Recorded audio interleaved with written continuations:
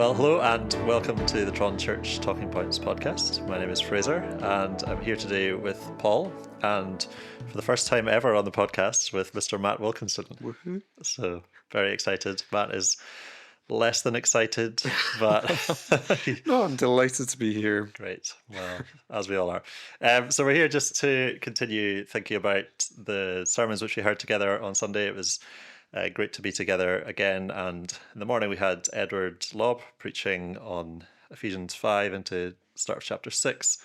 And in the evening we were looking at Ezra. But we're going to start by thinking about Edward's sermon on Ephesians. And yeah, I think one of the things I found just really helpful was the way Edward showed us so clearly how all of this section, which is perhaps familiar to us, it's often preached at weddings. I'm sure lots of us have heard it preached at weddings before. Some of us might have preached it at weddings before. But seeing it in the context of the book, in the context of this series, which Edward has been going through, but particularly as he showed us that everything from verse 19 really flows from verse 18, surprisingly enough. This idea of being filled with the Spirit, and what is the Spirit-filled life for us as the church, the people of God? What does that look like? And it encompasses the singing to one another, the giving thanks to God, and then also these instructions on marriage and family life and work life, and just this big picture of what human flourishing looks like. And God has given us this design for flourishing. So I thought it was really helpful to begin with that. And in a lot of ways, it's quite countercultural, isn't it? You know, we live in a culture today which is these verses would be controversial to read them out, and often people at weddings do find them difficult because there's this whole concept of authority and of leadership and submission. And Paul, I wondered if you could just share some wisdom on that whole idea of how these verses speak against that kind of anti-authority mindset that's so prevalent in our culture. Yes, I think it was very helpful, Edward, addressing that at the start. The waters that we swim in are hard for us to detect. We can't see stuff that's right in front of our eyes often, and we do swim in anti-authoritarian waters. It's all around us. It's embedded in our culture through everything really. The songs that we listen to, the films we watch, the Disney films our kids watch. It's all about following your own dreams and throwing off authority, and it doesn't matter what your parents think, you do what you want to do. That is just the norm. And so we come to a passage like this, and it's the opposite to that. And what this is setting out is actually the Maker's instructions on what's going to be good for society, good for human flourishing, good for the church, good for families. And actually it's all about authority in the right place. So the right sort of authority and a right submission and ordering of life, because without that there's chaos. And that's what you observe in our world, don't you? It's the societies that have cast that off the quickest are chaotic, and there's not peace, there's conflict. So actually just opening your eyes and observing the state of the world should tell you actually maybe this anti-authoritarian worldview is not delivering what it maybe promises. And so this is a real antidote to that.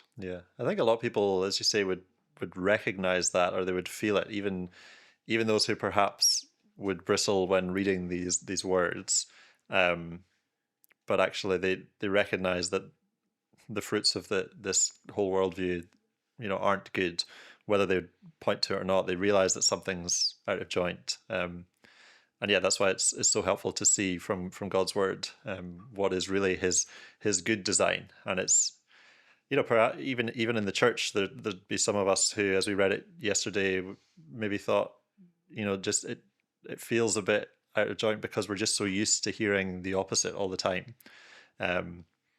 And I guess that's the value in hearing it directly from God's word, which doesn't change and is always the same. And um, yeah, I thought it was helpful that Edward, so clearly he was talking at the beginning about how this is not, um, the church shouldn't be imposing this upon society more broadly in the sort of church state type thing.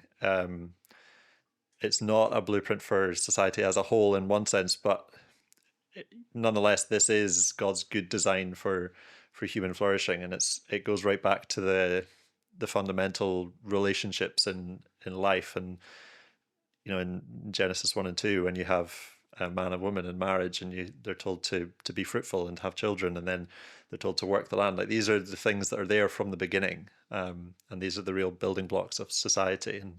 And yeah, I guess it's as we do this well, if indeed we do it well, that the church is showing to the world around about us the goodness of God and his design for what it looks like. And I think, yeah, I'm personally very thankful for good godly examples of couples in church who do marriage well and who do family life well and exhibit the fact that this is a good thing. And yeah, it goes to all areas of life, doesn't it? It's just when you see that goodness, it's attractive, and you think, yes, that's something to be admired and to strive after. And I think, with people who've come into church as visitors recently, they probably recognize, and they often articulate that there's something different in the way that the people in church interact with each other, which is just a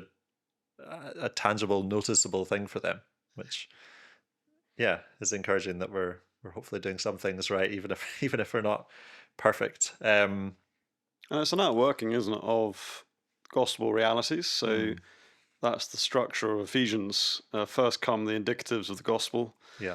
and from that flow the imperatives. So you can't just simply impose the imperatives on the world, Hmm.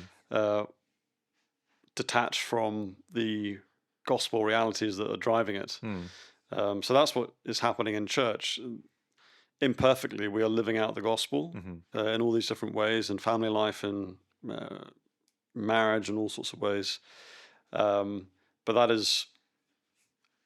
is emerging from people who are in right relationship with God. Hmm. Hmm. Um, and it's from that relationship that these other things flow. So Yeah. that is why it is part and parcel of church life, and it's Mm, not simply a blueprint for society. Now, yes. these things will generally lead to flourishing, Mm, but it's to be seen in the church and modeled in the church. yeah. Yeah, because obviously, if these things were evident in the whole of society, then that would be great. That's what we Mm. want.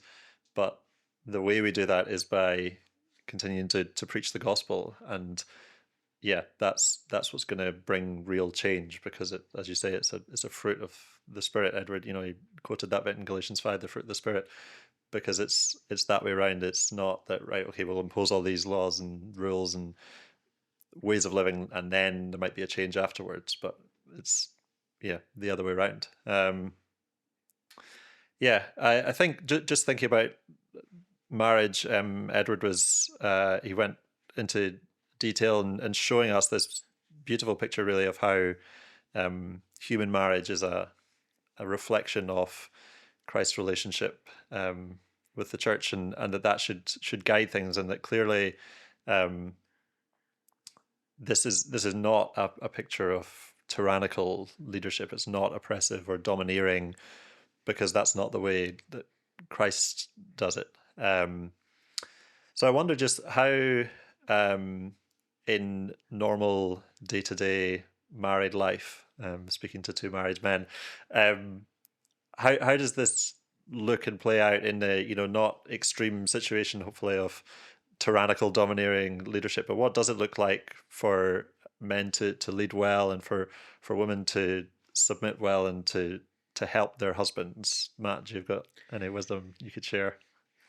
Sure. Yeah, I can say categorically that I've been helped massively by Eleanor, my wife. She has definitely, over the course of our marriage, helped me to become more of a man, actually, more of a husband, more of a father than I could ever have been by myself. Clearly, we wouldn't have been able to have children if it was just me, but you get that anyway. So I guess on a day-to-day level, she helps me think through lots of things in family life. There are so many things that I just don't think about. Say for raising Luke, our son, and actually that intentionality that she's able to bring helps me think about it, and then we can put things into practice in our daily life. And I think actually that's one of the things that Edward brought out really helpfully yesterday, was the fact that men and women are different, and that's okay.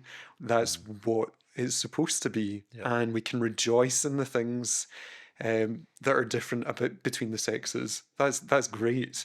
I'm so thankful for it, because otherwise our family just wouldn't work. We wouldn't.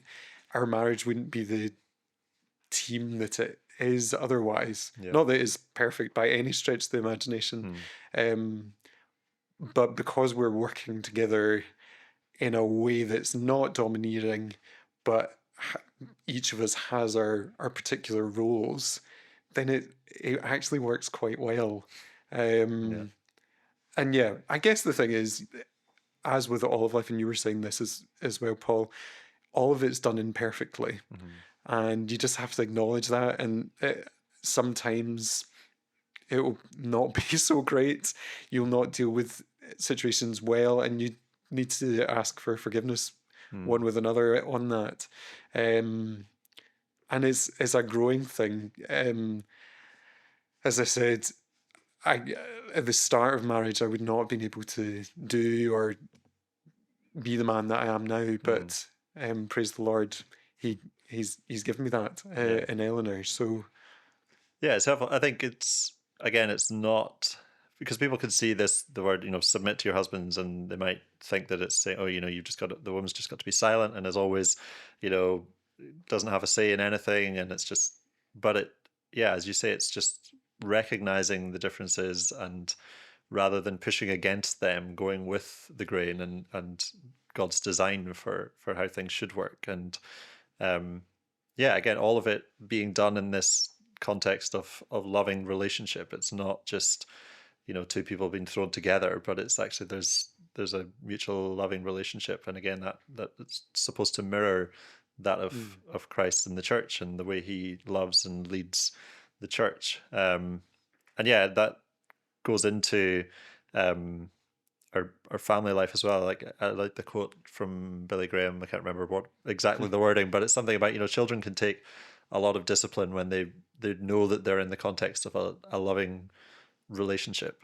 And again, you're both fathers, and how have you seen that play out, Paul, perhaps in family life? Well, I think, fundamentally, the fact that children know they're loved, and that no matter what happens, we will love them. That gives a real security for them. So knowing there's a stability there is so important for the flourishing of the kids. And part of that feeling secure is knowing the boundaries, and that there's a clear line that you obey mum and dad, that when we say something, you ought to do it. And if you don't, there's consequences. And actually knowing that gives them security, because they're not having to worry about where are the boundaries, what are the rules. Well, actually, that's been dictated to them. They know what's what. So that actually enables them to flourish, and they're not worrying about a lack of rules. We bump into the occasional family in the neighborhood where it's pretty clear there's a lack of discipline. The kids rule the roost, and actually the kids aren't happy, and you can just see it. So actually what's being said out here is for their good. It says, children, obey your parents, and the law for this is right. Honor your father and mother, that it may go well with you, and that you may live long in the land. There's a great blessing that comes from honoring your parents. And I think we've got a confidence in that regard as Christian parents, that actually setting the limits and disciplining our kids is for their good. It's a Yeah. loving thing to do, whereas the world tells us the opposite. So I think having confidence in that and ensuring your kids know who's in charge, and that when you say something, they're to do it. That gives them real stability for the future. Yeah, and again, there's a reflection, isn't there, of when there's a loving father figure in your life as your earthly father, then it's a in some way a reflection of God and his leadership, and we know that in the same sort of way, the rules and the boundaries which God sets out for us are for our good and for our flourishing, and not just to arbitrarily for some reason limit us and hold us back, but actually, surprisingly, he knows better than we do. And in the same way that, parents, they have so much more experience, so much more wisdom than their kids, and they're doing these things, they're setting out restrictions and rules and leading for their good and flourishing. So yeah, it's really refreshing seeing these things. Yeah, again, because of this whole thing of it's just so countercultural. You don't hear it anywhere else. And yeah, I'm sure people who were in church yesterday who are not Christians or regulars, they might have been provoked or offended by some of it, but actually, hopefully, again, saw some of the goodness that's there as well. Yeah, that's really helpful. I think we'll turn to think about Ezra, which we were hearing in the evening, Ezra chapter 1, this exciting new series that you've begun now, Paul. Yeah, I don't think I've heard a sermon series through Ezra before, so quite looking forward to getting into it. So Edward yeah, did it back not that long ago. Edward did it. Oh, really? I guess it's, Well, it shows probably how two good my memory generations of is. students ago, about 8 or 9 years ago. Well, I arrived 8 years ago, so Oh, maybe you I just missed missed it. So I'm looking forward to it nonetheless. But yeah, it was helpful. You opened with this idea of sort of who cares about the church. It seems like it's really quite insignificant. It's like St. Mirren, and it's probably a safe bet. If any of the St. Mirren fans, there aren't many of them around. No one came forward yesterday.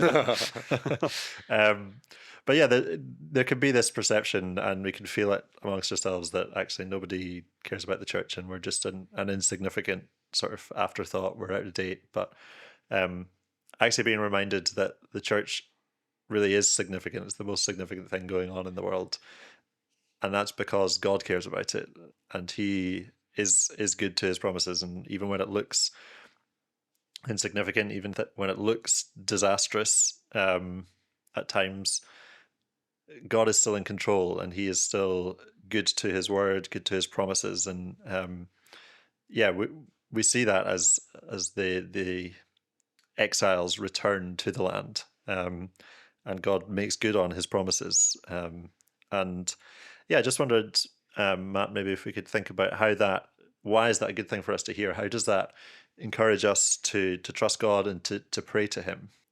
Yeah, I think in terms of our prayer life anyway, is really encouraging and actually quite emboldening how we think about prayer. I think sometimes when we read the Bible, we acknowledge God's promises, but actually forget to say them back to God, to pray them back to Him. That was one of the things that I found really helpful about what you were saying, Paul, about Jeremiah's prophecy.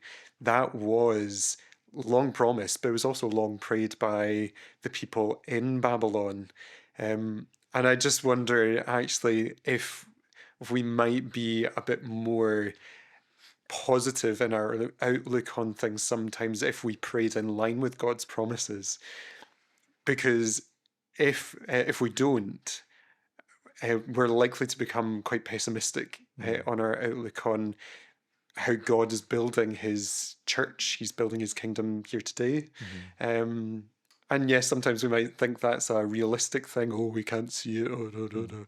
But actually, this is the true reality. You said, like, if we pull back the veneer of the now and think about what's going on eternally, what God is doing in this world, then actually we've got lots to be excited about and to pray about, particularly.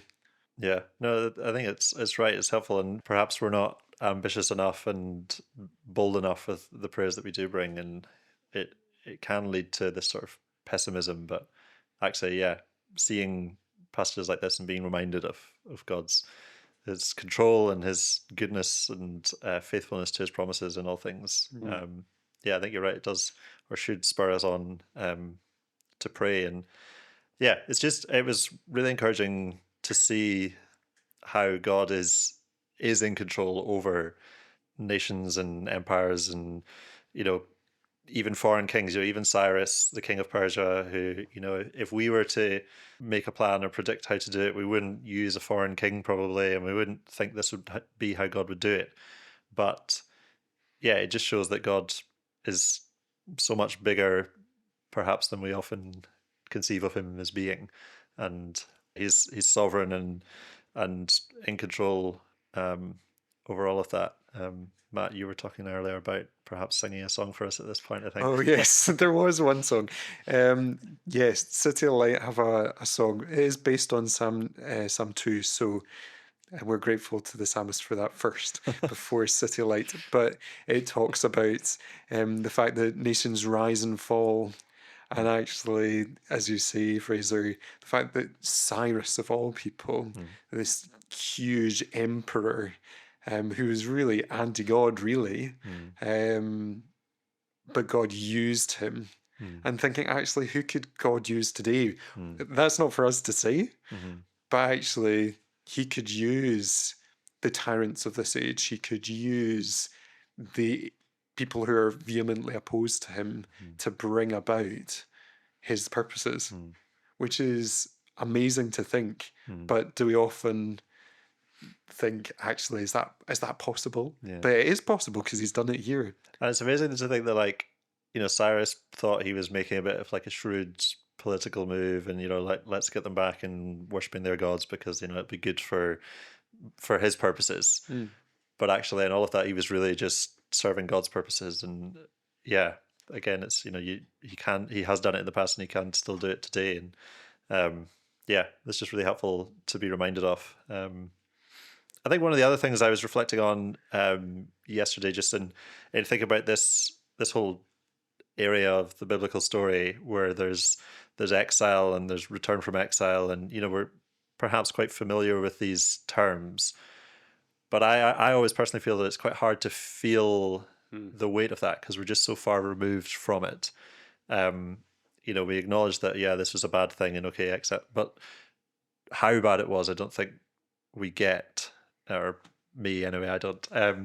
Paul, I wondered if you could just help us, yeah, just set that. You did it last night, but just perhaps give us a little bit more of that just now.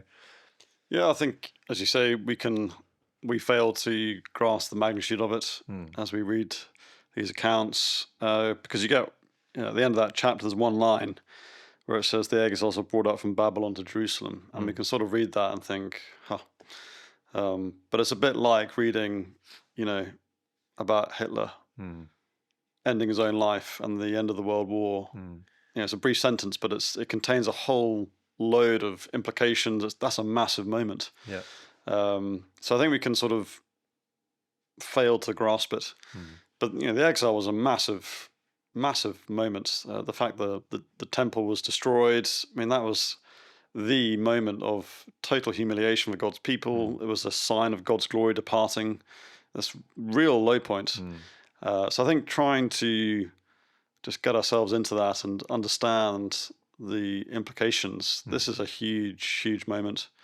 And for the exiles to be beginning to return is another massive moment. This is a really significant thing. And the fact that these items from the temple are being returned and being brought back, this is a really quite a significant moment in the life of God's people. Yeah. It's a small remnant, but it's a sign that God is keeping his promises. And I think the more that we kind of dwell on that and understand it, the more perhaps we appreciate, our situation now as Peter calls us elect exiles, and we're in exile in a sense from God because of our sin, and we're brought into union with him in Christ now, but still waiting to go back to, or to go to the promised land in the new creation. And yeah, I think just recognizing this paradigm in the Old Testament and kind of getting to grips with that helps us, well, it helps, I think, to look forward to the joy that will be going to the new creation even more, as you see, the joy that, well, returning from exile should have been. And yeah, I think it's just a helpful thing. And I thought it was really encouraging as well. You brought out the bit at the end with all these basins of gold and precious artifacts, and yeah, at first you wonder, what is this here for? But just seeing them as gracious tokens of encouragement that God gives to his people as they are returning, those who he has stirred up to go back. And seeing these things would be like, yes, God really is in this, and he's doing it, and what a joy. And yeah, again, just thinking about us today in our, I think you said our building project today is building, Christ building the church through us. So it's different, but it's that same idea. And yeah, I wonder what are some of the tokens of encouragement that he gives to us in a similar sort of way. Well, I think the image of a living building is quite helpful. We are building the body of Christ, and that is people. We're not primarily dealing with bricks and mortar, although they have a role, but God is dwelling in his people now. He's not located in a temple building. He is in his people by his Spirit. And so one another, as we look around church, those we see in our midst are tokens of God's kindness to us. We are seeing the church being built in front of our eyes in a small way. We're in a small corner of Glasgow, in a small country. We're a small part of the global church. But yeah, just notice each other and notice people in church who weren't there a year ago, who have come to faith, and the Lord is adding to our number. And be encouraged by that. Notice it. We can sort of take it for granted, but you need to look around on a Sunday, those you sat with, they are tokens of God's kindness, that he is at work. He is building his church. So I think just noticing the normal Sunday gathering and who's there. Yeah. That's really encouraging. Yeah, it's great. And I guess that's a spur as well, just to be praying and being proactive in wanting to share that with others so that more people become living stones and be added.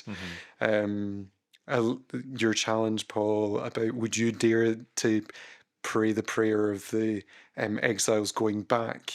Would you dare to be part of that? Was really quite convicting, and it's actually quite exciting to think with what we have before us in the church. God's doing this work already. Are you going to be part of that? Are you going to be part of that kingdom that will come in its fullness in time? So it's a really, really helpful challenge, but one that's got such a great vision in view. Yeah, and it is a challenge because, well, we'll see next week. You get the list of those who go back, and it's a proportion of all those in exile. It's a remnant, and that's generally the case through the history of the church. It often is a remnant who respond and who step on in faith, and that's a challenge to all of us. God is going to build his church. Are you going to join him and be part of it and play your role? Well, that's perhaps a good note to end on. So yes, I think next week in the morning, Edward's finishing his series on Ephesians, so it'd be helpful to read through to that. It's been really good going through this book together. So yeah, do read ahead to the end of the book. And as you've just been mentioning, Paul, we're I think in Ezra again in the evening. Chapter 2. I'm glad I'm not doing the reading. There's some cool names to get through, but Ezra chapter 2, which seems a bit tedious, but isn't. As we'll discover. We look forward to discovering that together. Well, thank you very much for listening, and we hope that you listen again soon.